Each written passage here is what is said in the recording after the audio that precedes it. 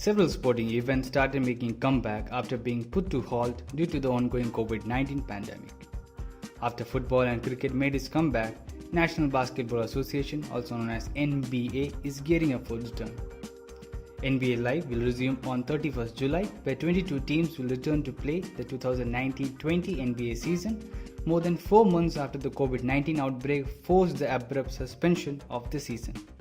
The returning teams are the 16 teams in the current playoff position and the 6 teams that are currently 6 games or fewer behind the 8th seed in their respective conferences. Games will be taking place without fans inside a quarantine-safe site at Orlando, Florida's Walt Disney World. The scene will look very much different from the packed arenas the players left behind in March. The NBA Association has promised to do its best to bring some of the familiar noises and environment the players are used to. NBA head of the next-gen telecast Sarah told that the league will be employing an audio soundscape that will try to mimic at least as much as possible the team's home arenas. The league has also worked with Microsoft to digitally bring actual fans' faces and voices of the fans into broadcasts via their Microsoft Teams platform. These select fans, which will be determined by the home team each game, will be both seen on screens inside the arena as well as heard on the telecast.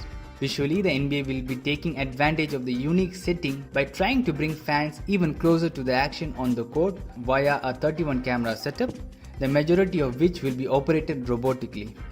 Each team will have 37 people inside the NBA camp.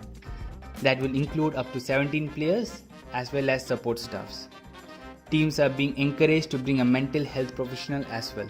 The mask usage is required when indoor by everyone except when eating or when in an individual's room. Masks are not required when doing activities outside. Players, referees and bench players and coaches who sit in the first row of the seating will not be required to wear masks during the games. If a player is tested positive, he will be isolated and tested to make sure there isn't a false positive. If it is confirmed, then the player will begin treatment and will undergo a period of test and recovery lasting at least 14 days. Players will be restricted from exercise and will have to pass cardiac tests before a return to basketball is even considered. The finals of the current NBA season would end no later than October 12.